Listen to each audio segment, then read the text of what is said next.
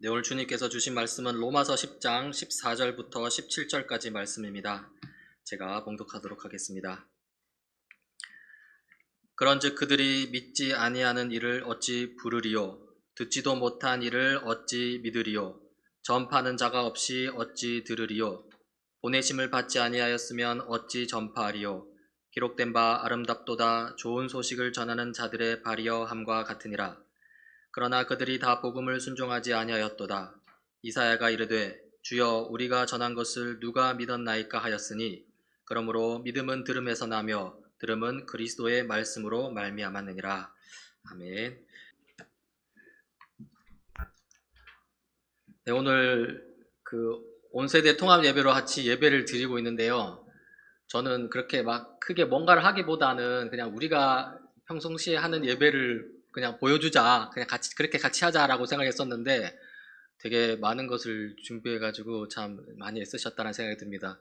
그러면서 저보고도 그림으로 준비해라 라는 지시가 있어가지고 조금 그림을 넣어봤습니다. 그래서 지난 우리가 구약의 창세기부터 좀 이렇게 쭉 살펴봤는데 그 내용들을 좀 이렇게 살펴보면서 또 이 성경 이야기가 우리로 하여금 어떤 의미를 지니는지 좀 같이 한번 살펴보면 좋겠다 해서 좀 가져왔습니다. 우리가 보면 제일 첫 이야기는 우리가 성경에 의하는 태초에 하나님이 천지를 창조하시느라로 시작됩니다. 하나님께서 천지를 창조하시고요. 또 그것을 만드신 것을 보시고 하나님께서 참 좋았다라고 말씀하시는 것을 우리가 알 수 있습니다. 그래서 원래 창조된 세계는 흉한 것이 아니라 보기 좋은 것이었고요. 아름다운 것이었습니다. 그 중에 특별히 하나님께서 사람을 창조하셨는데요. 어떻게 창조하셨냐면 우리가 라는 것은 하나님을 말합니다. 하나님이 하나님의 형상을 따라서 우리의 모양대로 사람을 만들자. 그리고 그가 창조된 세상을 다스리게 하자라고 이렇게 말씀하셨습니다. 그래서 우리는 하나님의 닮은 존재죠.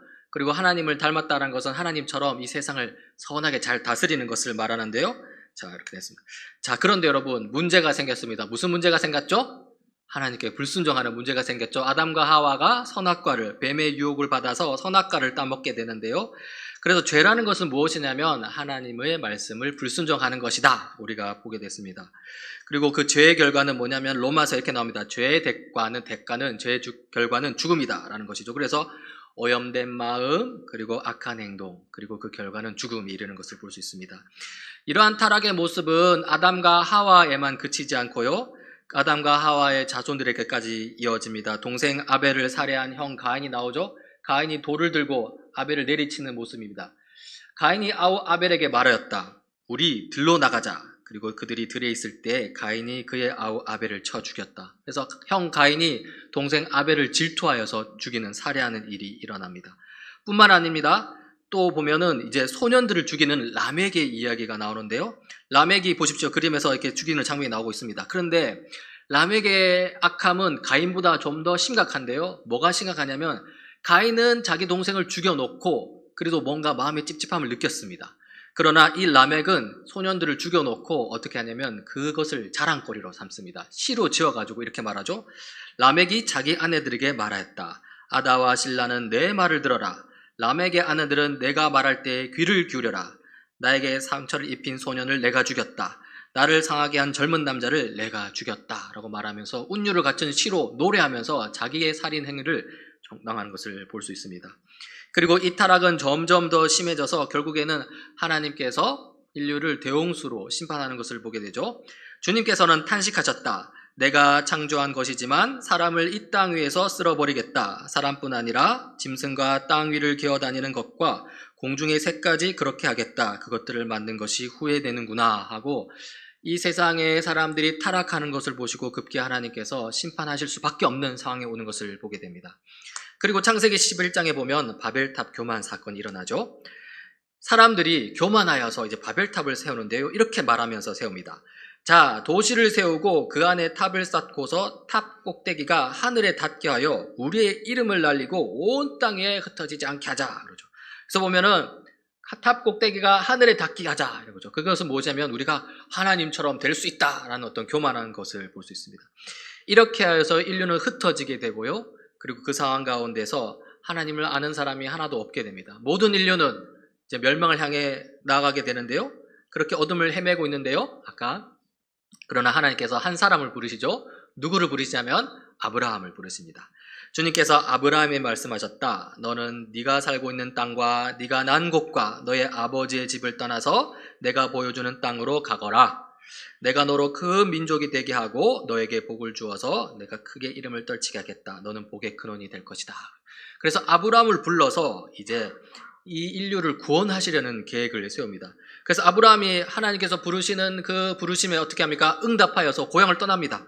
그래서 갈대아 우르에 있다가 아버지와 함께 데라와 함께 하란으로 갔다가 하란에서 이제 부르심에 따라서 이제 가나안 땅으로 들어오게 되는 것이죠. 자, 가나안 땅에 들어와서 아브라함은 이삭을 낳고 이삭은 야곱을 낳고 야곱은 12아들을 낳습니다. 그래서 12아들이 나중에 또 큰 민족을 이루게 되는데요. 그래서 아브라함을 이스라엘의 조상이다, 믿음의 조상이다 라고 이야기합니다. 12아들 중에서 유명한 아들이 누굽니까? 요셉이죠. 요셉이 형들의 시기 질투에 의해서 이집트에 노예로 팔렸다가 거기서 어떻게 됩니까? 노예였다가 결국에는 이집트에서 총리가 됩니다. 그리고 총리가 되어서 그 당시 그 세계에 흉년이 가득해서 모든 사람이 죽게 된 상황 속에서 세상을 구원하는, 특별히 이스라엘을 구원하는 그 역할들을 감당하게 되죠. 그리고 이때 요셉이 총리로 있던 이집트에 야곱과 나머지 형제들이 들어오게 됩니다. 그렇게 해서 가나안 땅에서 이집트로 들어오게 됩니다. 자, 이집트에 들어와서 몇 년을 살면요? 한 430년을 삽니다. 자, 그래서 세월이 지나서 이제 430년이 지나서 요셉과 그의 모든 형제와 그 시대 사람들은 다 죽었다. 그러나 이스라엘 자손은 자녀를 많이 낳고 번성해서 그 수가 불어나고 세력도 커졌으며 마침내 그 땅에 가득 퍼졌다. 어떻게 됩니까? 아브라함의 자손들이 큰 민족이 되는 거죠. 수가 많아진 것입니다. 이거 하나님께서 다 계획하신 일입니다. 그런데 문제는 이렇게 수가 많아지니까 이집트 내에 살고 있는 이스라엘 민족의 수가 많아지니까 누가 걱정이 될까요? 누가 걱정을 하게 됩니까? 염려를 하게 됩니까? 이집트를 다스리는 왕이 걱정이 되는 것이죠. 그래서 말합니다. 요셉을 알지 못하는 새 왕이 자기 백성에게 말하였다. 이 백성 곧 이스라엘 자손이 우리보다 수도 많고 힘도 강하다. 그래서 이집트 사람들은 이스라엘 자손을 부리는 공사 감독관을 두어서 강제노동으로 그들을 억압하였다. 힘을 못 쓰도록 아예 그냥 초장에 그냥 박살 내버리는 것이죠. 강제노동을 시킵니다. 그리고 뿐만 아닙니다. 이스라엘 민족에 낳는 남자아이는 다 죽여라 라고까지 하는 것이죠. 자, 이렇게 이스라엘 민족이 이집트 땅에서 큰 민족이 되지만 어떻습니까? 실제 삶의 모습은 어떻습니까? 하나님 나라 백성다운 삶의 모습입니까? 그렇지 않습니다. 노예의 삶을 살고 있습니다. 힘들어서 탄식하고 있습니다. 자, 이때 하나님께서 이스라엘 민족을 구원하시기 위해서 한 사람을 부르시는데요. 누구를 부르시죠? 모세를 부르십니다. 하나님께서 불에 타지 않는, 불꽃이 있으나 타지 않는 떨기나무 가운데서 모세야 모세하고 부르죠. 그러자 모세가 제가 여기에 있습니다. 그러자 하나님께서 말한 것이죠. 이제 내가 내려가서 이집트 사람의 손아귀에서 이스라엘 자손을 구하여서 이 땅으로부터 저 아름답고 넓은 땅 가나안 땅으로 데려가려고 한다라고 말합니다.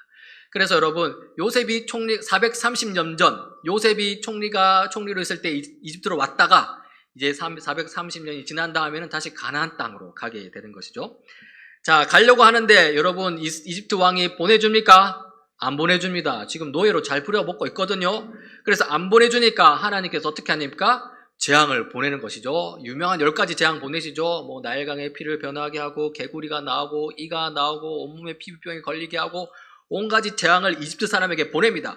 그래도 안 보낼래 하면서 계속 보냅니다. 그래도 이집트 왕이 안 보냅니다. 그래서 어떻게 합니까? 마지막 10번째 재앙을 보여주시죠. 그 10번째 재앙이 뭐냐면 장자의 죽음이었습니다.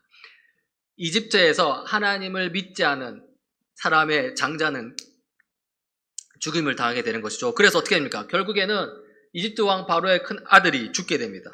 여기에서 이집트 왕이 충격을 받아서 안 되겠다. 이스라엘 자손을 이집트 땅에서 보내지 않으면 이거 무슨 일이 더 크게 일어날 줄 모르겠다 하고 보냅니다. 그래서 이스라엘 민족이 이제 이집트로부터 나오게 되는 것이죠. 나올 때 하나님께서 이스라엘 민족을 가만두시고 네 마음대로 가라 그렇게 하시지 않고 어떻게 합니까? 불기둥과 구름기둥으로 인도하십니다. 그래서 낮에는 구름기둥, 밤에는 불기둥으로 그 구름기둥을 따라 이용하는데요. 이렇게 한참 가는데 문제가 발생했어요. 어떤 문제가 발생합니까? 이집트 왕이 일단 보냈는데 보내고 보니까 조금 섭섭하거든요. 그동안 노예로 잘 부렸거든요. 그래서 안 되겠다 싶습니다. 그래서 어떻게 합니까? 다시 이스라엘 민족을 잡으러 쫓아갑니다. 자, 쫓아가니까 하나님께서 어떻게 하십니까? 저 그림에 보면 불기둥이 있죠. 불기둥이 있는데 요 앞에 있는 모세와 이스라엘 민족이 있고요. 저 뒤에 서 있는 저 사람들은 뭐냐면은 이집트 군대입니다. 그래서 이집트 군대가 이스라엘 민족에게 접근하지 못하도록 불기둥을 가운데 옮기셔가지고 하나님께서 막아주시는 모습을 볼 수 있습니다. 뿐만 아닙니다. 이스라엘 민족이 이제 어떻게 합니까? 큰 바다 앞에서 건너지 못하고 있을 때 큰 바다를 나누시죠? 나누신 다음에 이스라엘 민족은 지나가게 하고 그 다음에 다 지나간 다음에 뒤따라 이스라엘 민족을 쫓아오던 이집트 군대는 어떻게 합니까? 갈랐던 큰 바다를 합쳐버리니까 어떻게 됩니까? 이집트 군대가 다 전멸하게 되는 것이죠. 이렇게 해서 하나님께서 이스라엘 민족을 이집트로부터 구출해 내십니다. 그리고 이스라엘 민족은 이집트로부터 탈출해서 가나안 땅으로 가게 되는데요. 이집트에서 가나안 땅으로 가는 그 사이가 뭐냐면 광야 생활이에요. 광야 생활. 광야에서 어떻게 하냐? 그냥 마냥 힘든 생활만 보낸 것이 아닙니다. 거기서 어떻게 하냐면은 이집트 우상숭배 노예에서 찌든 삶이 아니라 이제 하나님의 백성으로 훈련받는 삶을 살게 되는 것이죠. 어떻게 하냐? 광야 생활 힘듭니다. 광야의 고통 속에서 하나님의 함께하심을 배우게 되는 것입니다. 그러면서 뿐만 아니라 하나님께서 더 구체적으로 어떻게 합니까? 하나님 나라 백성으로 살려면 기준이 있어야 될 거 아니에요. 하나님 어떻게 해야 하나님 나라 백성답게 살 수 있습니까? 그렇게 말하니까 그래 10계명을 주겠다 하면서 율법을 주시죠. 10계명의 내용이 뭐냐면 하나님을 사랑하라, 이웃을 사랑하라 라는 말씀이죠. 그래서 오늘 우리 오성환 집사님이 아까 찬양에서 이웃을 바라보는 것들에 대해서 이야기하고 있는데요. 10계명의 결국은 하나님 사랑으로부터 시작해서 이웃 사랑으로 마치는 것입니다. 그래서 10계명의 명령대로 하나님을 사랑하고 이웃을 사랑하면서 하나님의 백성답게 살아가는 것이죠. 자, 그렇게 광야를 40년 동안 이렇게 쭉 통과합니다. 자, 이제 광야를 통과했으면 어디로 들어가야 되죠? 가나안 땅으로 들어갑니다. 가나안 땅으로 들어갈 때 하나님께서 이제 여호수아를 지도자로 삼아 하나님께서 이스라엘 민족을 가나안 땅으로 인도합니다. 그러면서 어떻게 하냐? 가나안 땅에 들어가서 가나안 땅이 참 좋고 아름다운 땅이긴 하지만요. 거기에 들어가 있는 원주민들은 우상을 숭배하는 사람들이거든요. 그래서 우상 숭배에 물들지 말고 율법의 10계명을 잘 지켜 살아라라는 의미에서 이렇게 하나님께서 말씀을 주시죠. 이 율법책의 말씀을 늘 읽고 밤낮으로 그것을 공부하여 이 율법책에 쓰여진 대로 모든 것을 성실껏 실천하여라. 그리하면 네가 가는 길이 순조로울 것이며 네가 성공할 것이다 라고 말씀을 주십니다. 이렇게 해서 여호수아의 인도 아래 가나안 땅으로 들어갑니다. 가나안 땅으로 들어간 다음에 살다가 이제 여호수아가 죽게 됩니다. 여호수아가 죽게 된 다음에 어떤 지도자들이 서게 되냐면요. 사사들이 쓰게 됩니다. 사사들이 뭐냐면 지도자들이라는 거예요. 여러분 대표적인 사사들 누구 있죠? 기드온, 삼손, 사무엘 다 이런 건 사사들입니다. 그런데 여러분 이 이스라엘 민족이 가나안 땅으로 들어갔어요. 광야에서 엄청 고동하다가 이 적각꿀이 흐르는 가나안 땅으로 들어갔어요. 가나안 땅으로 들어갔는데 환경이 풍족하니까 어떻게 됩니까? 하나님을 의지하지 않고 이제 좋은 환경을 의지하기 시작하는 거예요. 거기서 하나님을 의지하지 않고 거기서 우상도 좀 섬기고 좀 막 그렇게 하는 겁니다. 그러니까 어떻게 됩니까? 하나님께서 가만 보시지 못하고 안 되겠다. 이제 왕을 보내야겠다. 사사들로는 안 되겠다. 왕을 보내야겠다 해서 왕을 보내시는 것입니다. 그래서 여러분 제일 첫 번째 왕이 누구죠? 사울. 그 다음에 누구죠? 다윗. 아주 유명하죠. 그 다음에 누구죠? 솔로몬. 이렇게 보냅니다. 그래서 이 왕들을 통해서 이집트 나라를 아주 강하게 튼튼하게 만드시는 것이죠. 근데 여러분 이 왕들이 이렇게 잘 통치하면 좋을 텐데 조금 삐끗했어요. 위태합니다. 어떻게 위태한지 한번 볼까요? 자, 한번 먼저 사울을 봅시다. 사울을 처음으로 세울 때 이게 뭡니다. 사울이 사람들 가운데에 섰는데 다른 사람들보다 어깨 위만큼은 더 커 보였다. 사울이 참 괜찮은 왕이다 싶은 상황이 드는 거예요. 근데 여러분 이 사울 왕도 실패하고 맙니다.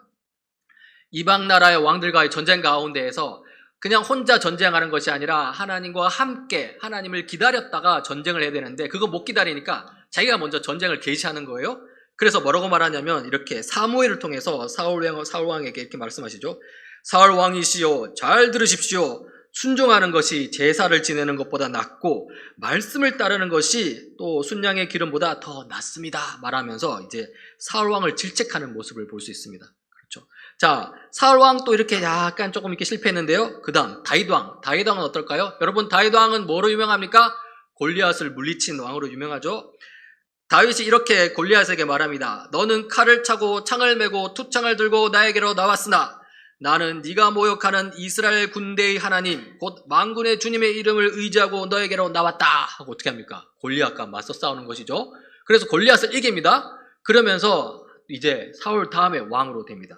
그런데 여러분, 이 왕이 다윗 왕이 어떻게 된 건지 아세요? 다윗 왕이 계속 훌륭해지지만 않았습니다. 나중에 실패를 하는데요. 어떻게 하냐면 간음을 하게 됩니다. 왕이 되어서 이제 왕궁에 쫙 있는 거예요. 그런데 어느 날 저녁에 다윗은 잠깐 왕궁에서 눈을 붙였다가 일어나서 왕궁의 옥상을 올라가서 쭉 거닙니다. 거닐다 보니까 왕궁 높은 곳에서 거닐다 보니까 저 아래 보니까 어떤 여인이 모욕을 하는 거예요. 그걸 보고 어떻게 해요? 마음에 흑심이 나쁜 생각이 드는 것이죠. 그래서 그 여인을 취하게 됩니다. 이렇게 해서 다윗 왕도 실패를 경험하게 되죠. 자, 그 다음에 다윗 왕 다음에 유명한 왕이 누구죠? 솔로몬 왕입니다. 솔로몬 왕은 여러분 아주 지혜로운 왕으로 유명합니다. 여러분 아기를 찾아준 그 재판 또 유명하죠? 그래서 사실 그것뿐만 아니라 솔로몬 너무 유명해서 옆에 나라와 여왕이 찾아와가지고 솔로몬을 시험하려고 해요. 그래서 와가지고 막 온갖 질문을 합니다. 그래서 어떻게 합니까? 솔로몬이 척척 대답을 잘 하는 거예요. 보세요. 성경에 이렇게 나옵니다. 솔로몬이 몰라서 여왕에게 대답하지 못한 것이 하나도 없었다. 아주 지혜로운 왕이었어요. 또 뿐만 아닙니다. 솔로몬 왕은 하나님의 성전을 세우기도 했습니다. 그렇죠. 그래서 성막에서 성소를 세우는 그런 왕이기도 했습니다. 그래서 굉장히 훌륭한 왕이다. 그런데 이 솔로몬 왕이 어떻게 되는지 압니까? 나중에는 우상 숭배에 빠지고 맙니다. 성경에 이렇게 나옵니다. 솔로몬이 늙으니 그 아내들이 솔로몬을 깨어서 다른 신들을 따르게 하였다. 그래서 솔로몬은 자기의 주 하나님께 그의 아버지 다윗만큼은 완전하지 못하였다. 그래서 여러분, 이 왕들의 통치가 어떻습니까? 처음에는 잘 다스린 듯 하다가 나중에는 쓰러지고 맙니다. 사울은 불순종하고 다윗은 간음하고 심지어 살인도 하고요. 솔로몬은 우상 숭배하게 되죠. 그렇게 하면서 어떻게 되냐면 결국 이 솔로몬의 우상 숭배 이후로 이 통일된 강했던 이스라엘 나라가 분열되고 맙니다. 남유다와 북이스라엘로 분열되고 맙니다. 남유다에는 르호보암이 첫 왕으로 다스리고요. 북이스라엘은 여로보암이 첫 왕으로 다스립니다. 이 왕들이 잘 다스렸을까요? 아니요, 못 다스렸습니다. 우상 숭배하고 타락했습니다. 남유다의 첫 번째 왕이 르호보암 왕이었는데요. 이 르호보암 왕이 굉장히 좀 포악했어요. 그래서 어떻게 하냐? 마치 이집트 왕이 이스라엘 민족을 막 괴롭힌 것처럼 이스라엘 민족을 아주 가혹하게 대하는 것이죠. 그래서 성경에 이렇게 나옵니다. 왕은 원로들의 충고는 무시하고 백성에게 가혹한 말로 대답하였다. 우리를 좀 잘 다스려 주십시오. 이렇게 좀 요청을 했는데 가혹하게 대답하는 것이죠. 이렇게 말합니다. 내 아버지가 당신들에게 무거운 멍에를 메웠어. 그러나 나는 이제 그것보다 더 무거운 짐을 여러분에게 메우겠어. 내 아버지는 당신들을 가죽 채찍으로 매지라 했지만 나는 당신들을 쇠 채찍으로 치겠소. 이렇게 백성들에게 가혹하게 대답하니까 백성들이 어떻게 할까요? 당연히 화가 나겠죠. 그렇게 해서 이 백성들이 남유다의 르호보암 왕을 거부하고 따로 뛰쳐나와서 나라를 만든 게 바로 북이스라엘 왕 나라가 된 것이죠. 그러면서 북이스라엘에 여로보암 왕을 세웠는데요. 이 여로보암 왕도 그렇게 잘 다스리지 못했습니다. 오히려 어떻게 했냐면 여로보암 왕은 금송아지를 2개를 딱 만들고 이 금송아지가 하나님이다. 이 금송아지를 섬겨라 라고 이렇게 이스라엘에게 지시를 했고요. 그렇게 하면서 이스라엘 백성 전체를 우상 숭배에 빠지게 했습니다. 이렇게 북이스라엘 여로보암 왕 외에도 아합 왕도 있습니다. 아합 왕은 이제는 바알 왕까지 섬기게 하죠. 그래서 아합 왕에 대해서 이렇게 말합니다. 아까 말했던 여로보암의 죄를 따라가는 정도로가 아니라 아합은 오히려 더 했다. 그는 시돈왕 엣바알의 딸인 이세벨을 아내로 삼았으며 더 나아가 바알을 섬기고 우상 숭배하였다 라고 말합니다. 자, 이렇게 왕들이 여러분 하나님의 말들을 안 들으니까 누가 등장합니까? 누구를 부릅니까? 선지자를 하나님께서 부르시죠. 선지자들이 등장합니다. 유명한 선지자들 누가 있죠? 엘리야, 엘리사, 이사야, 호세아, 요나, 요엘, 예레미야 이렇게 쭉 등장합니다. 그래서 이 선지자들이 타락한 왕들로 하여금 회개하게 하도록 하나님의 말씀을 선포하는데요. 어때요? 이 왕들이 선지자의 말을 들었을까요? 잘 안 들었어요. 그렇게 어떻게 됩니까? 이스라엘 나라가 결국에는 멸망당하고 합니다. 북이스라엘은요, 아시리아 제국, 큰 제국에게 멸망당하고요, 남유다는 바빌론 제국에게 멸망당하고 맙니다. 바빌론 제국에 멸망당하면서 포로로 잡혀갑니다. 그래서 이스라엘 백성이 바벨론 제국으로 포로로 잡혀가서 70년간을 지내게 되죠. 그 70년간을 지내는 이야기가 성경 어디에서 나오냐면 다니엘서에 나오게 됩니다. 그렇게 70년을 다 지내고 난 뒤에 이제 포로 생활에서 해방되어서 다시 고향으로 이스라엘 민족이 돌아오긴 합니다. 그래서 그 돌아오는 이야기가 에스라 느헤미야서에 나오는데요. 그러나 돌아와도 여전히 페르시아 제국이 다스리고요. 그리고 페르시아 이후에는 로마 제국이 다스리고 있는 것이죠. 로마 제국. 그렇죠. 로마 제국 아래에서 그래서 여러분 어땠습니까? 이스라엘 민족이 이제 되게 고통을 받는 것입니다. 자, 이렇게 로마 제국에서 고통을 받고 있을 때 이때 한 인물이 나오게 되는데요. 그 사람이 누굴까요? 자, 앞에 사람들 다 실패했어. 왕도 실패하고 선지자도 잘 안 되고 그 앞에 사사들도 다 안 되고 다 실패했어요. 근데 실패할 수 없는 한 분을 보내주세요. 그분이 누굴까요? 바로 예수 그리스도입니다. 그래서 마태복음 2장 6절에 이렇게 나오죠. 너 유대 땅에 있는 베들레헴아, 너는 유대 고을 가운데 아주 작지가 않다. 너에게서 통치자가 나올 것이니 그가 내 백성 이스라엘을 다스릴 것이다. 해서 나오죠. 그래서 여러분, 예수님은요 단순히 아기로만 오신 게 아니라요 그 넘어서 통치자로 오신 예수님입니다. 그래서 사도 바울은 빌립보서에서 이렇게 말씀하십니다. 십자가에서 죽으신 예수님에 대해서 이렇게 말하십니다. 그는 하나님의 모습을 지니셨으나 하나님과 동등함을 당연하게 생각하지 않으시고 오히려 자기를 비워서 종의 모습을 취하시고 사람과 같이 되셨습니다.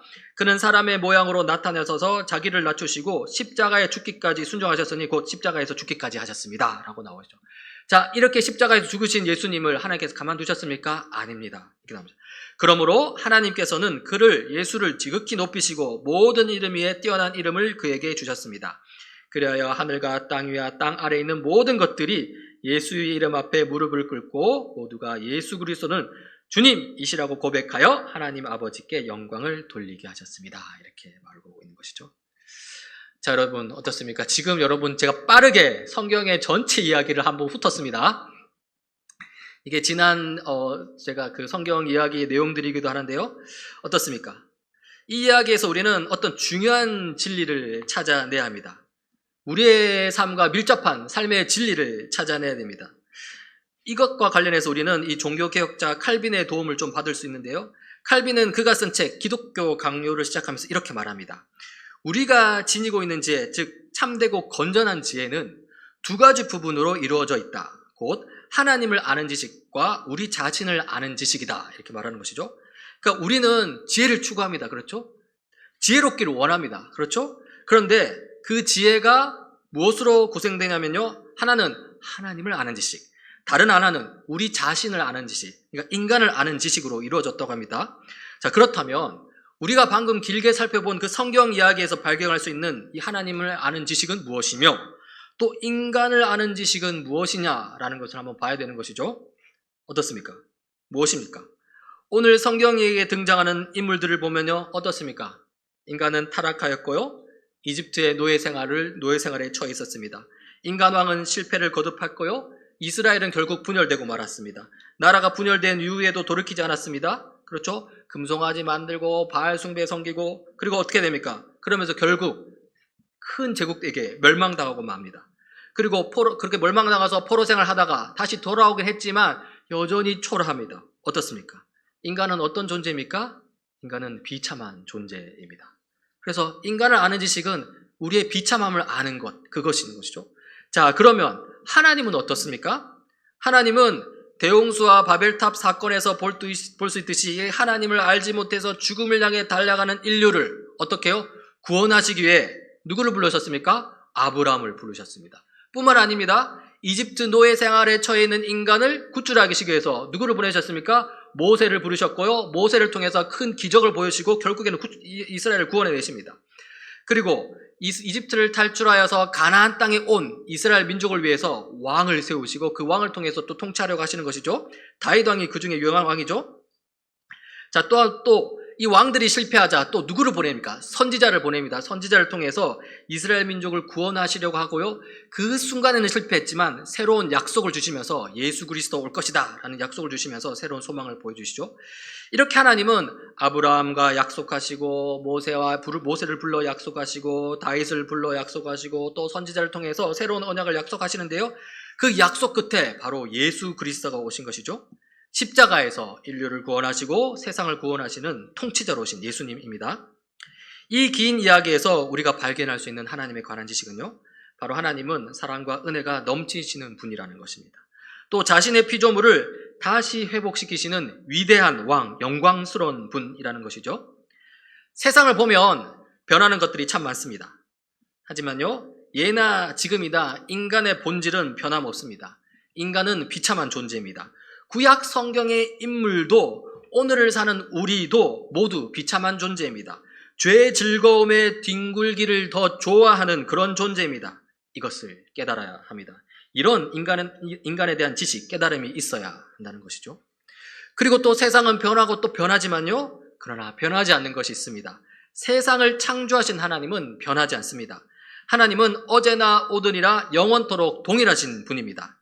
특히나 우리를 향한 사랑은 언제나 변함이 없습니다.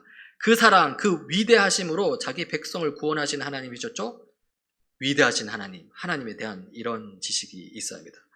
그리고요, 이 지식이요, 우리의 믿음을 구성해야 합니다. 이 믿음에 관해서 좀 말씀드리자면요, 이 믿음은 그냥 센 믿음, 약한 믿음, 그렇게 이 믿음의 강도로 구분되는 게 아닙니다. 그것보다는요, 어떤 내용을 믿고 있느냐가 더 중요합니다. 참 진리를 믿고 있느냐, 아니면 거짓된 내용을 믿고 있느냐를 구분하는 게 더 중요하다는 것이죠. 우리의 믿음이 정말로 참된 믿음, 올바른 믿음이 되기 위해서는요, 올바른 진리를 믿고 있어야 합니다. 그 올바른 참된 지식을 알고 있어야 됩니다. 그게 뭡니까? 바로 우리 인간이 비참한 존재라는 지식, 그리고 하나님이 위대한 분이라는 지식, 그렇죠? 그리고 이 지식은요, 바로 성경 이야기를 통해서 얻을 수 있는 지식입니다. 결국은요, 성경 이야기를 통해서만이 우리는 참된 믿음을 가질 수 있습니다. 성경 이야기와 상관없이 하나님께서 나의 뜻, 내 소원을 반드시 이루어주실 거야 라는 그 믿음은요, 그 믿음의 강도가 아무리 세다 할지라도 헛된 믿음이 될 가능성이 큽니다. 자기 중심적인 탐욕을 채우기 위한 믿음이 될 수 있다는 것이죠. 그렇게 하면 안 되고요, 성경 이야기에 근거하여서 비록 비참에 빠진 우리 인생이지만 우리를 변함없이 사랑하시고 구원하시는 위대하신 하나님을 의지합니다 라는 그런 믿음이 되어야 합니다. 그러니까 우리 믿음은요, 이렇게 성경 이야기가 있는 믿음이 되어야 합니다. 그래야 강하기만 한 그런 헛된 믿음이 아니라 우리를 구원으로 이끄는 참된 믿음이 되는 것이죠. 자, 그런데요, 이렇게 성경 이야기가 있는 믿음은요, 결국 예수 그리스도에게로 좁혀질 수 있습니다. 우리는 예수 그리스도에게서 우리 인간을 아는 지식을 볼 수 있고요, 우리는 예수 그리스도에게서 하나님을 아는 지식을 또 얻을 수 있습니다. 여러분, 참으로 예수님은요, 우리 대신 십자가에서 죽으심을 통해서 우리 인간이 얼마나 비참한 존재를 보여주셨습니다. 십자가의 죽음은요, 원래 타락한 인간이 걷는 이 길의 종착지였습니다. 최악의 범죄자만이 받는 죽음, 로마 시민은 받지 않는 죽음, 노예들만이 받는 죽음. 그러니까 우리는 최악의 범죄자이자 죄의 노예들이라는 것입니다. 그래도 나는 그 정도는 아니다 라는 생각이 든다면요, 그런 생각은 지금 자기 자신이 위선에 빠졌다는 증거일 뿐입니다. 위선에 빠진 사람들 많습니다. 이렇기 때문에 인간의 비참함을 아는 지식, 그런 성경적 지식은요, 쉽게 얻어지는 지식이 아니라는 것이죠. 인간의 비참함을 아는 지식은요, 성령 하나님께서 성경을 통해 나 자신을 직시할 수 있는 영적인 눈을 열어주셔야만 알 수 있는 지식입니다. 그리고 그 지식이 우리로 하여금 예수 그리스도 십자가로 이끄는 것이죠. 또한 예수 그리스도는요, 십자가 죽음에서 부활하심과 승천하심으로, 그리고 재림하실 것이라는 그 약속을 통해서 하나님이 얼마나 위대하신 존재이신지를 알려주셨습니다. 예수님은요, 죽음마저 통치하는 분이십니다. 죽음조차도 예수님의 통치 아래에 있으니 이 우주 만물 중에 예수님의 통치를 벗어나는 곳은 단 한 곳도 있을 수 없습니다. 그래서 우리는 예수님을 왕으로 오신 위대한 하나님이라고 고백하는 것입니다. 아까 성경에서 이렇게 고백했죠. 마태복음 2장, 너 유대 땅에 있는 베들레헴아, 너는 유대 고을 가운데에서 아주 작지가 않다. 왜냐? 너에게서는 통치자가 나올 것이다. 왕이 나올 것이다. 그가 내 백성 이스라엘을 다스릴 것이다. 라고 말하고 있죠.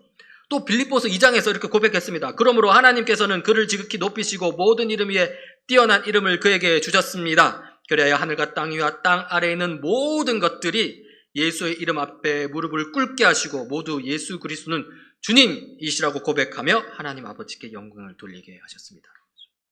통치자이신 예수님은요, 왕이신 예수님은요, 우리 삶의 주인이십니다. 따라서 성경 이야기가 있는 믿음, 인간을 아는 지식과 하나님을 아는 지식이 있는 믿음은요, 우리의 비참함을 알되 그 비참함을 수용하고 그리고 예수님을 통해 그 비참함을 넘어서서 이제는 온 세상을 통치하시는 예수님을 따라가는 믿음, 그 예수님을 주인 삼는 믿음이 되어야 합니다. 다시 말해서 우리 삶의 모든 자리에서 예수님의 선하신 통치를 드러내는 삶을 살아가야 한다는 것이죠. 이것이 바로 성경 이야기가 있는 믿음입니다. 한편 우리는요, 성경 이야기가 있는 믿음을 통해 이제는 우리의 이야기를 써내려가야 합니다. 성경 이야기를 우리 삶에 적용하는 것이죠. 그렇게 해서 참으로 성경적인 이야기를 이제 우리 삶에서 만들어가는 것입니다. 성경에 합당한 우리 이야기를 만들어가는 것들입니다. 오늘 세상을 살아가는 모든 사람은 제각기 자기 이야기를 써내려가고 있습니다. 자기 믿음에 따라 자기 이야기를 써내려가고 있습니다. 돈을 믿고 의지하는 사람은요, 돈을 최고로 여기며 살아가는 그 이야기를 써내려가고 있습니다. 자기 자신을 믿고 의지하는 사람은요, 자기 이름을 드높이는 이야기를 써내려가고 있습니다. 힘과 권력을 믿고 의지하는 사람은요, 힘과 권력으로 갑질하는 이야기를 써내려가고 있습니다. 하지만요, 이런 이야기는 성경적인 이야기가 아닙니다. 인간의 비참함을 알지 못하고 하나님의 위대하심과 그 사랑을 알지 못하는 데서 오는 비성경적인 이야기일 뿐입니다. 헛된 이야기이고요, 멸망을 향해 치닫는 이야기입니다. 그리스도인은 그런 이야기를 써내려가서는 안 됩니다. 나의 비참함을 알고 겸손히 행하는 이야기를 써내려가야 합니다. 하나님의 위대하심과 사랑을 알고 하나님만을 믿고 의지하는 이야기, 나의 영광이 아니라 나의 이름이 아니라 하나님의 영광과 하나님의 이름을 나타내는 이야기, 이웃을 사랑하며 선을 행하는 하나님 나라 통치 이야기를 써내려가야 한다는 것이죠. 오늘 어린이부 아이들이, 청소년부 아이들이 같이 찬양을 했는데요, 우리에게 아주 도전적인 찬양으로 들리기도 합니다. 우리 어머니가 들려주던 이야기라는 것이죠. 이 말은요, 우리에게는요, 우리 어른들이 들려주어야 하는 이야기라는 것입니다. 그렇다면 우리는 우리 다음 세대에게 어떤 이야기를 들려줄 것인지 고민해야 합니다. 오늘 봉독했던 로마서 말씀도 마찬가지입니다. 14절인데요. 그런데 사람들은 자기들이 믿은 적이 없는 분을 어떻게 부를 수 있겠습니까? 또 들은 적이 없는 분을 어떻게 믿을 수 있겠습니까? 선포하는 사람이 없으면 어떻게 들을 수 있겠습니까? 이 14절 이 성경 구절을요, 좀 문장 순서를 바꾸고 이 주어를 넣어가지고 의미를 좀 한정하고 또 약간 수정하면요, 이렇게 할 수 있습니다. 선포하는 우리가 없으면 어떻게 우리 아이들이, 우리 자녀들이, 우리 손주들이 들을 수 있겠습니까? 또 들은 적이 없는 분 하나님을 우리 아이들이 어떻게 믿을 수 있겠습니까? 우리 아이들이 믿은 적이 없는 분 곧 하나님을 우리 아이들이 어떻게 부르고 예배할 수 있겠습니까? 그리하여 사도 바울은 17절에 이렇게 말하고 있습니다. 그러므로 다음 세대의 믿음은 들음에서 생기고 들음은 그리스도를 전하는 말씀 곧 성경 이야기와 성경 이야기를 적용하는 우리의 삶 이야기에서 비롯됩니다. 라고 말하는 것이죠. 물론 사도 바울의 이 말씀은 다음 세대뿐만 아니라 우리 모두에게 해당되는 말씀입니다. 우리의 참된 믿음은 오로지 그리스도를 가리키는 성경 이야기에서 나온다는 것이죠. 따라서 우리부터 성경 이야기를 들어야 합니다. 우리부터 참된 지식 가운데 깨달음을 얻어야 합니다. 오늘 예배는 온세대 통합 예배로 드린 예배입니다. 다음 세대를 위해 기도하는 우리의 삶이 영광스럽고 위대하신 하나님 앞에서 겸손히 주님의 뜻을 행하는 삶의 이야기가 되기를 간절히 바라겠습니다. 같이 기도하시겠습니다. 하나님 아버지, 우리는 연약하고 부족합니다. 그러나 하나님은 사랑이 많으시고 위대하십니다. 비록 우리는 약하나 우리를 사랑하시어 우리를 품으시는 하나님 안에서 하나님이 이끄시는 위대한 길을 걸어갈 수 있음을 고백합니다. 주님 다시 오시는 그날까지 주님 나라 이야기를 써내려가는 우리를 도와주옵소서. 우리의 중보자 되시는 예수님 이름으로 기도드립니다. 아멘.